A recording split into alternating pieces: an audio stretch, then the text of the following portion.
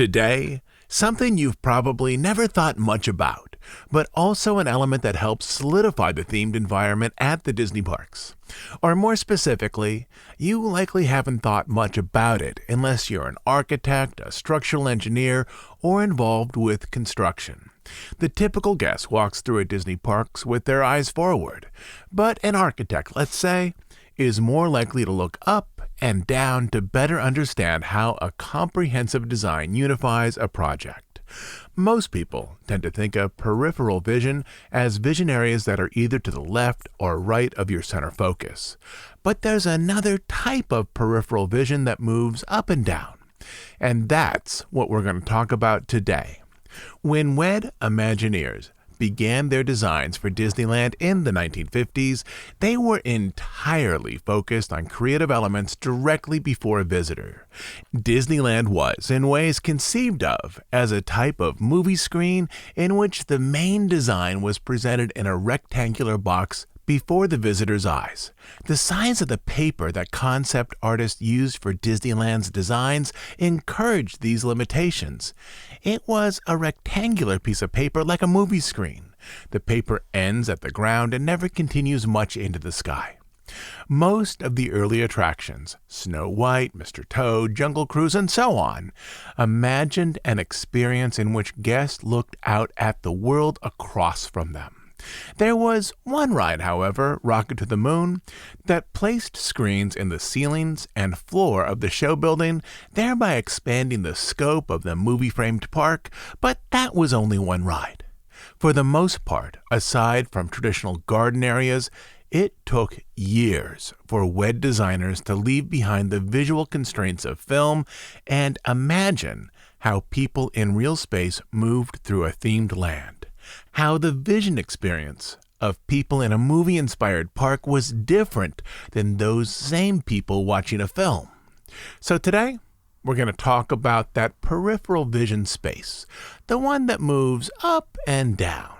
It includes design areas that either subtly complete the dream of a well-imagined theme park or disrupt that dream. In Disney parks, though there are archways and semi-outdoor bazaars, I can think of only one area where the outdoor space above guests has been deeply designed to enhance its theme, and that is Pandora at Animal Kingdom, where an archipelago of massive floating islands hovers in the space above walkways. But design approaches to that other space, the space that moves beneath your feet, has been evolving bit by bit since Disneyland opened in 1955. Today we're going to talk about that space, how it's changed and how it continues the story. In some cases, the ground tells its own story, explains the recent past, or how the land came to exist. That is, we'll talk about the unusual storytelling canvas of concrete. We'll also talk about a couple of small disasters that have happened when people try to tell stories with concrete, a design material that is extremely unforgiving. But before we get to those stories, we need to thank another group of new Bandcamp subscribers. We're an ad-free, listener-supported podcast, so these are the people who keep this podcast going. Today, thanks is going out to Gabriel, David P., Gary, Paula, Rainey, Caitlin, Sam P., NG, JT, RM, and Cody. Thanks to each of you for supporting this podcast. And now, let's kick over to the show.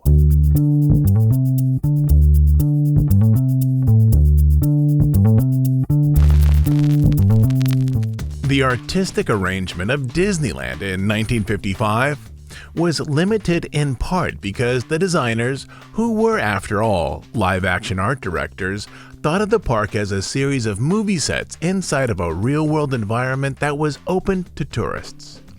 But there was another limitation.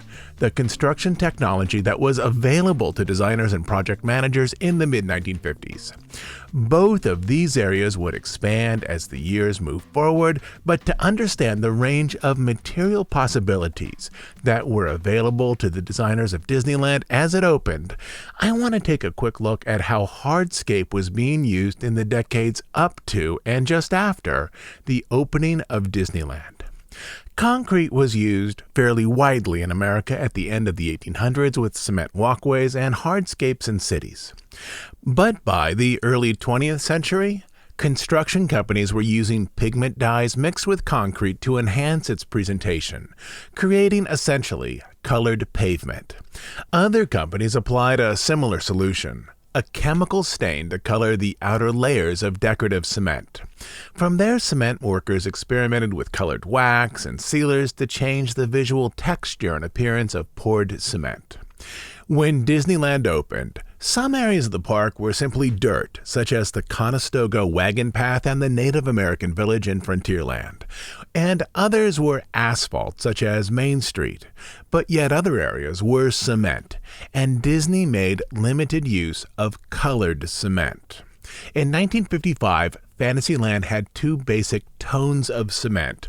Most areas of Fantasyland were a traditional gray and white cement, with sections of attractions offset by a salmon-toned hardscape. The salmon-colored cement was used to separate attraction areas from general walkways.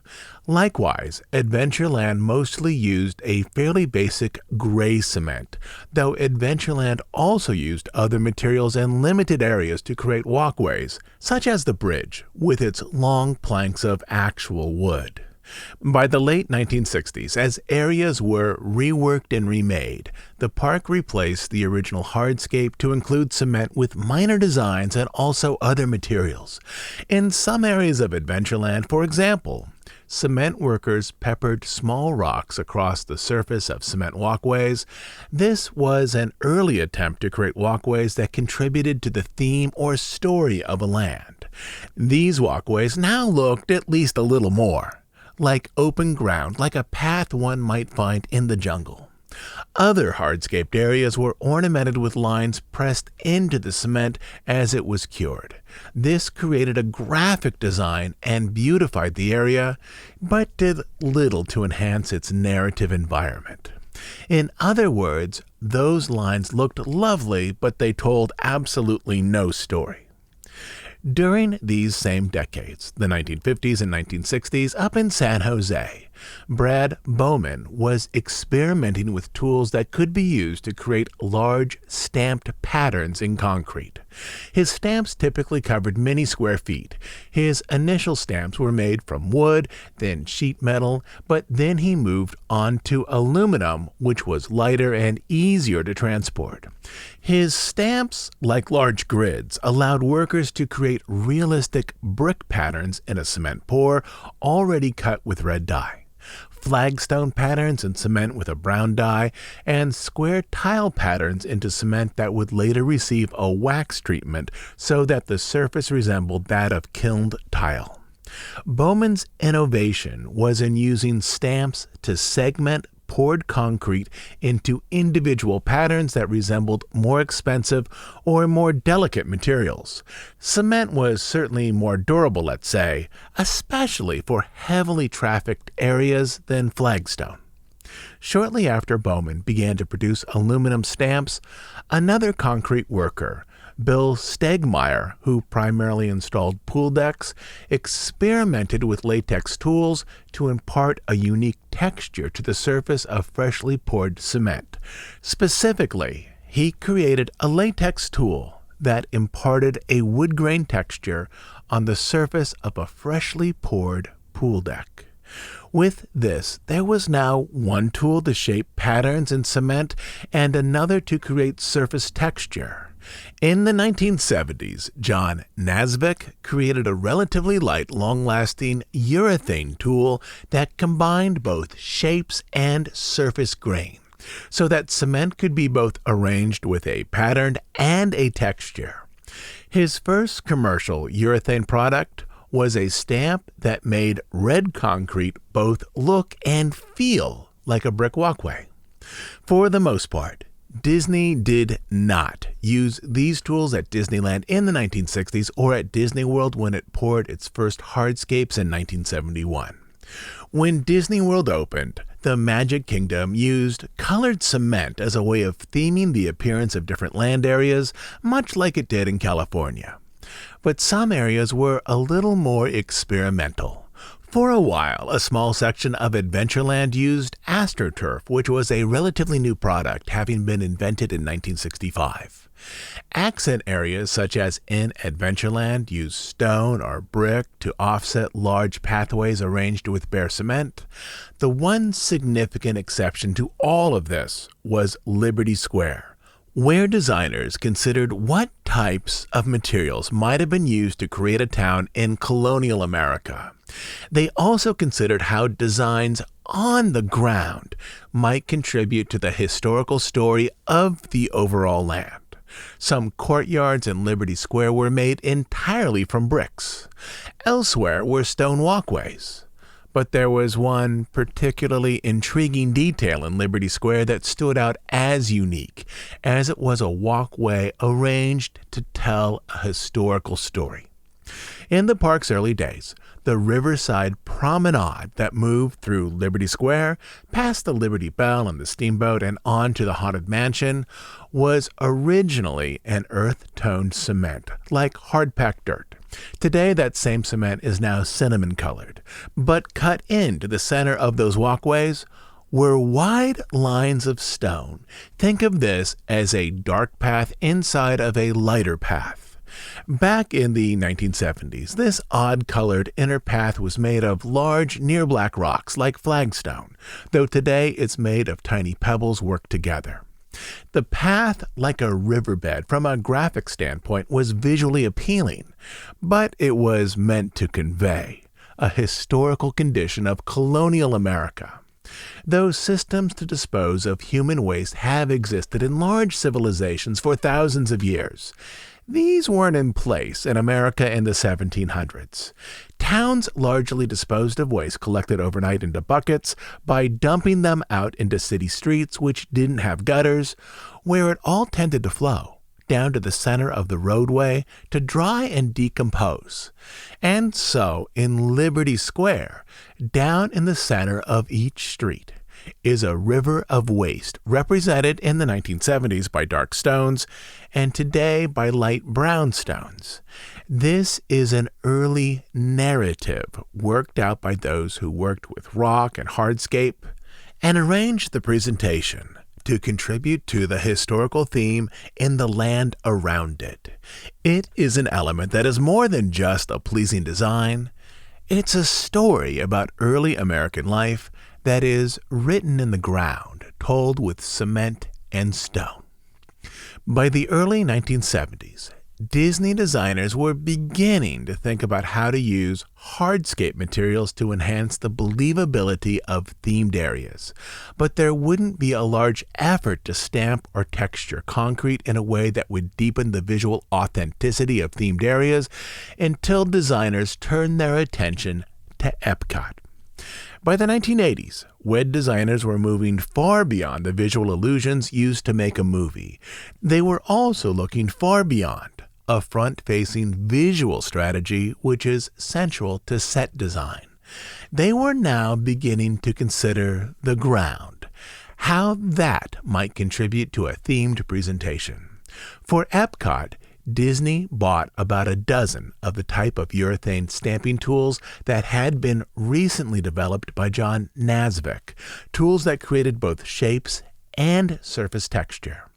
The concrete industry by this time had also improved to the point where it created mixes that ensured a consistency, exact color and density, and more significantly, dye processes that wouldn't fade over time when exposed to harsh sunlight such as that in Florida. That is, the elements were now in place to use cement as a type of narrative placemaking art. In Epcot, Disney used these tools for two purposes. First, to create geometric designs to imitate stonework of real-world settings. Construction managers used stamps in the Italy Pavilion to approximate stone designs found in St. Mark's Square in Venice, which was the overall inspiration for the Italy Pavilion. Other workers over in the France Pavilion used stamps to create the illusion that the cement hardscape was a series of small square pavers. In the UK Pavilion, this same team used stamps to create the illusion that the hardscape was made from stone.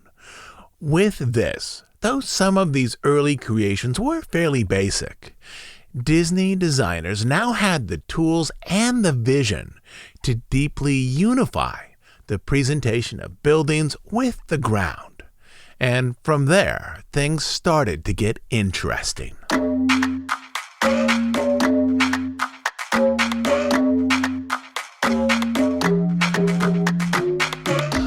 The next big advancement at the Florida resort in terms of hardscape arrived with Animal Kingdom.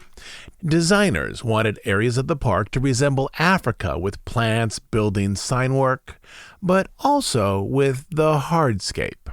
It would be impractical to have any public or ride areas of the park that were bare dirt, also unsafe. But to imitate the specific type of dirt found in Africa, Disney designers gave a concrete firm samples of dirt from the Serengeti. They were asked to develop a custom concrete that would match the color and texture of those dirt samples. The road moving through Kilimanjaro Safari used this concrete mix, which was then stamped with tire tracks and arranged into deep ruts with natural sloping dips, mimicking the roads found around African reserves. Some of the concrete was then shaped around those tire tracks to suggest that its ridges were recently dried mud. Elsewhere in the park, for the walkways, to avoid the appearance of man-made designs, workers didn't use forms, which were an industry standard. The walkways were all individually cut with a shovel. And then, once the colored cement was poured, workers used newly designed stamps so that the surface held the texture of rough dirt or that it held the impressions of leaves or twigs or pine needles. Sometimes they combined the two. There's sections of cement in Animal Kingdom marked with tracks from bicycle tires, other areas with the feet of birds. At one time, concrete crew workers, barefoot, walked over the wet cement to leave lines of human footprints, as though indigenous people from a nearby village were traveling to market. Just outside of the walkway, the same team used molds taken from actual trees to create cement roots that blended into the walkways themselves. These cement root castings were placed in areas where large trees would soon be planted, creating the illusion that the trees had been there so long that their roots were now moving into familiar paths. And once Animal Kingdom was opened, designers looked for more ways to fully incorporate other narrative elements into the hardscape of Disney parks, both in Florida and in California. Over in the Magic Kingdom, designers try to visually ease guests from one themed area to the next. There's transitional architecture, colors, and plants designed to visually guide guests from one land to the next. In recent years, the concept of transitional space has also been arranged down into the hardscape. As you move from the Haunted Mansion, which is in Liberty Square, into Fantasyland, you'll find multiple sets of horseshoe prints stamped into the ground. There's a way to read these from the perspective of the Haunted Mansion. Also a way to read these same exact prints from the perspective of Fantasyland. If you're looking at these hoof prints as relating to the mansion, they are clearly those of the ghost horses for the horse-drawn hearse parked at the front of the manor. But if you're looking at these from the perspective of Fantasyland, they are hoof prints from horses in the movie Tangled. The first themed area inside of Fantasyland from this entrance point is arranged to Tangled. Even more, if you start out by the mansion and look down at the ground as you walk toward Fantasyland, you'll find that one set of these horseshoe prints is marked with the name Maximus, who is Flynn Rider's horse in that movie. And if you follow this set of hoof prints, they will lead you to a burlap bag of apples arranged on a wooden crate, including one that is half-eaten. The teeth marks on that apple are far too wide and too deep to be those of a person. And just like in the movie, Maximus has helped himself to this snack. There's one apple that has a very large bite out of it, and in this case, that apple prop only becomes a story when combined with the stamp work arranged into the Hardscape. As you continue further into New Fantasyland, you'll find that the stamp work continues in the Hardscape. The cement is brown, suggesting a dirt road in a medieval world before streets were paved. But in the ground, you'll find the stamp work to suggest cartwheels and hoof prints, as though multiple villagers in this area regularly used a horse-drawn cart for transportation.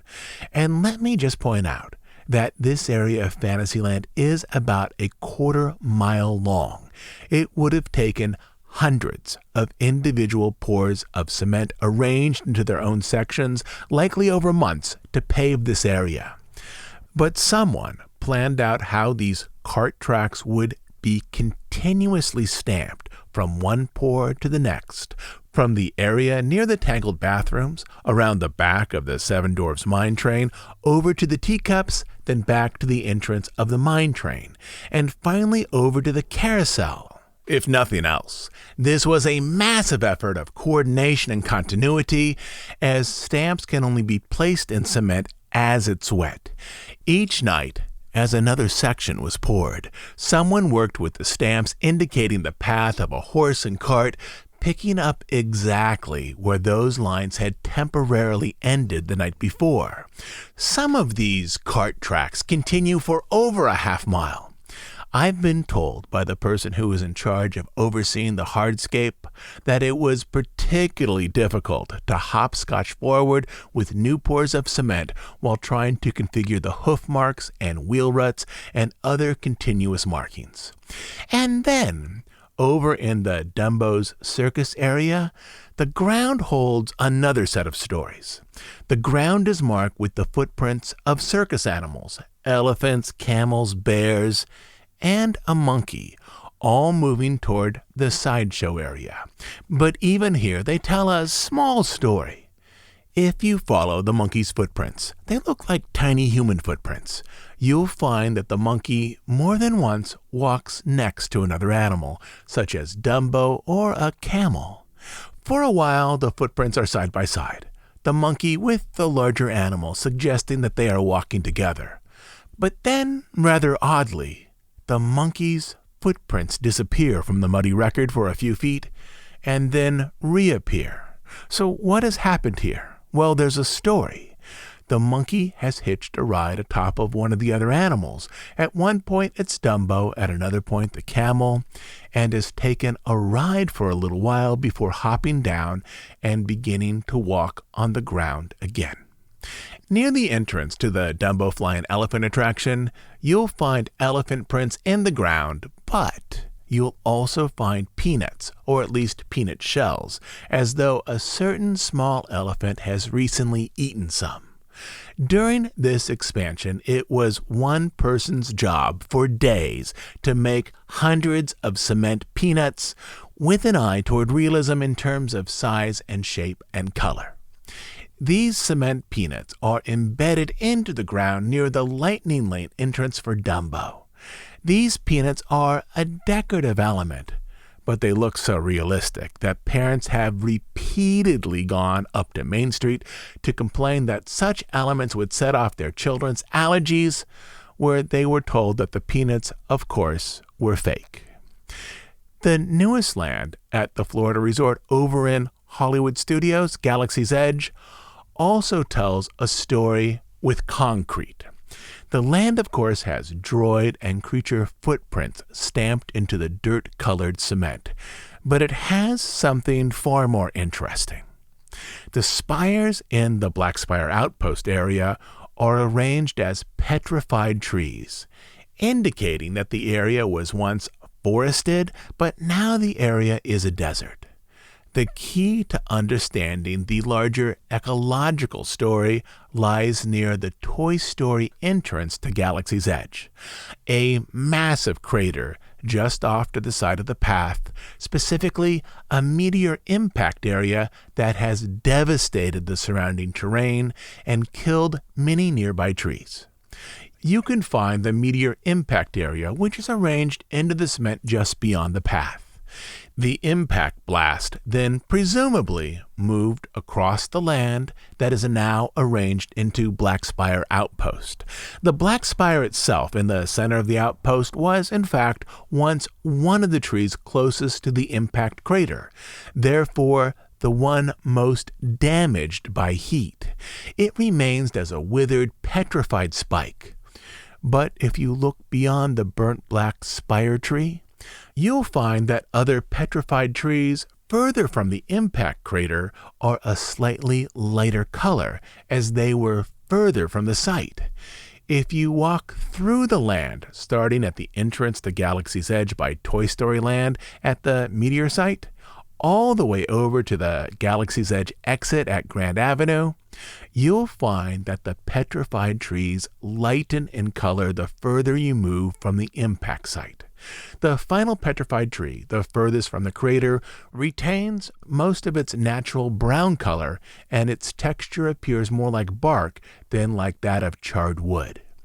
All of this is cement, and the trees technically aren't hardscape work, but the petrified burnt trees, combined with that meteor crater, together tell a story of a cosmic event thousands of years ago that scorched the earth, turning a forested area into something like that of a desert, which later became Black Spire Outpost.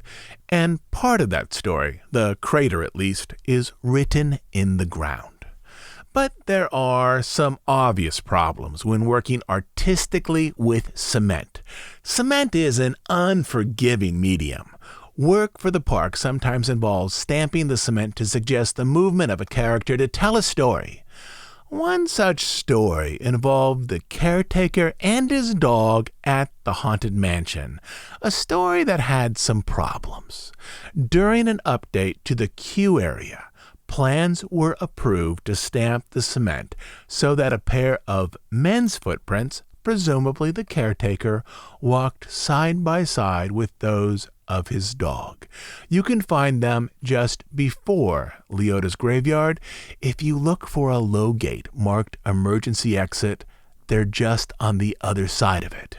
The stamping required multiple paths, one for the left and right shoe of the caretaker and another for the 4 feet of the dog.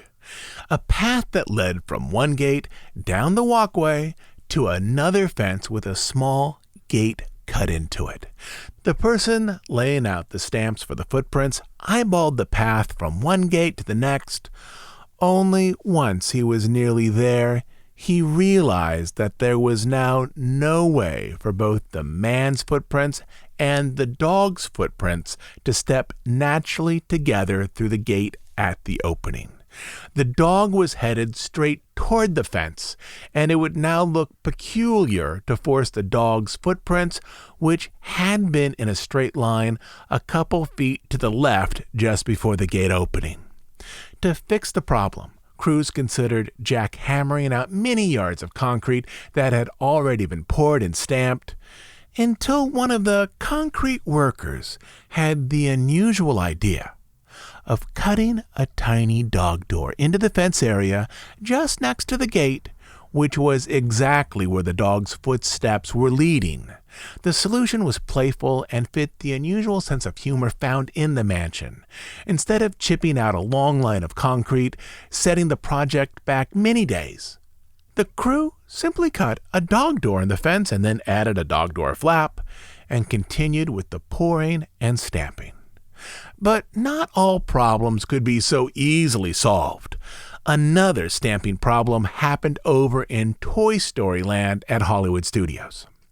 The overall concept for Toy Story Land is that guests are shrunk down to the size of a Green Army man, and that they are entering Toy Story Land as a toy shortly after Andy has left his backyard. Once inside of the land, everything, or most everything, is scaled as though guests are the size of Green Army men, with oversized toys and oversized fences. Part of this story is worked into the pavement, as massive shoe prints left by Andy are stamped into the concrete. The sneaker prints are 15 feet long. These cement pours were particularly large. There were 2 large pliable stamps, one for the left shoe, the other for the right. The process was to pour, then place one stamp, and then allow for the imprint to set, and then pour the next area. Left, then right, and so on. The pours to the Hardscape area went on for weeks. But one night, when working Andy's imaginary path through the yard with his shoes, the team, unable to see the massive stamps with any distance or perspective, accidentally used the left shoe print twice in a row. Only after it was set did they realize their error. There was no easy fix for this. The following day, the entire section needed to be chipped out and re-poured. And this type of design work, using stamps to create a story, isn't just limited to the parks themselves. By the 1990s, narrative hardscape design was being picked up by designers who created resort hotels at Disney World. In front of the Wilderness Lodge, stamped into the sidewalk, are a set of footprints from a deer, moving from the greenery onto the pathway and then a little later off again. Over at Pop Century, the area around the bowling pin pool was arranged in such a way so that it appeared to be an actual bowling alley. There are long lines of pine-colored cement stamped and finished so they have the appearance of wooden bowling lanes, and between them, there are far more narrow lines of light gray cement stamped and textured so that they look like gutters that exist between the lanes. And when Disney built the All-Star Resorts, they gave a VHS copy of Lady and the Tramp to the contractor overseeing concrete work and explained that all of the stains, hardeners, stamping tools, and texturing skins used in the Lady and the Tramp area needed to be arranged so that the finished hardscape resembled the appearance of ground areas that were found in the film. And it's not just Florida. The resorts in California pick up on many of the design elements found in Disney World. There are horseshoe tracks moving through Frontierland at Disneyland, and there are droid tracks over in Galaxy's Edge. But one of the most unique hardscape design areas occurs around Mission Breakout in Disney's California Adventure. Mission Breakout, in terms of a building, started out its life as the Tower of Terror, and then was turned into a standalone Guardians of the Galaxy attraction toward the side of the park. And then, a few years after that opened, it was incorporated into the area of Avengers Campus. Only there was now a timeline problem. Avengers Campus is built on an old Stark Motors facility and likely shouldn't exist near the Collector's Fortress, which is the structure for Mission Breakout. But while Avengers Campus was being designed, artists reimagined the hardscape area around the old Tower of Terror building so that in a circle, all around the attraction were goopy drops of a blue and purple liquid now hardened, like glass. Though when Mission Breakout first opened, the building had no backstory to explain why it was at DCA. It was simply an attraction at the park. But now, with those dollops of purple and blue, sometimes dollops that are also mixed with gold, the building does have a backstory. Designer Morgan Richardson explained, quote, Tevan has transported his tower from the far reaches of the galaxy and has materialized right here on Earth. This galactic anomaly is marked around his tower by a colorful cosmic oozing energy. This color scheme harkens back to cosmic art designed by Jack Kirby in the comics in the 1960s, a pattern later nicknamed Kirby Crackle. Quote, in his comics, Richardson continues, whenever there is a cosmic event or disruption, it is punctured by this energy field of dots, which has since been dubbed Kirby Crackle. And so with this new backstory, that Tivan has moved his collector's fortress across the galaxy and merged it into the end of Avengers Campus, this cosmic event, with substantial force to place his tower here from space, has caused the area around it to react to that disruption by creating lines of liquid energy that have now hardened into a purple and blue substance, somewhat glassy in appearance, that rings the building. This is a visual detail that comes from the comics, not the movies, which in a way stitches Avengers Campus directly back to Marvel images drawn by Jack Kirby rather than visual representations created by Marvel Studios. And with that, the ground around the Collector's Fortress is not only ornamenting the area with a unique visual design, but as in Florida, the ground is representing a record of what happened here, a type of geographic history, a set of marks that, like clues, tells a story that has been purposefully and artfully written in the ground. So hopefully, you now have some areas to look for and explore the next time you visit a park. The design process for Disney parks has been evolving for decades, and this is one area of place-based storytelling that exploded in the 1990s and 2000s, as designers considered ways to further complete the themed experience around guests. So remember, look down from time to time, and you'll find interesting things, little visual clues that you might be able to piece into a story. And for those of you over on Bandcamp, this past week I started to put up an audio guide to Disney World. At this point, most of the text is written, but it's going to take many weeks to record and edit it. So most every week through October and November and maybe even into December, you'll find a new section or two go up in that album.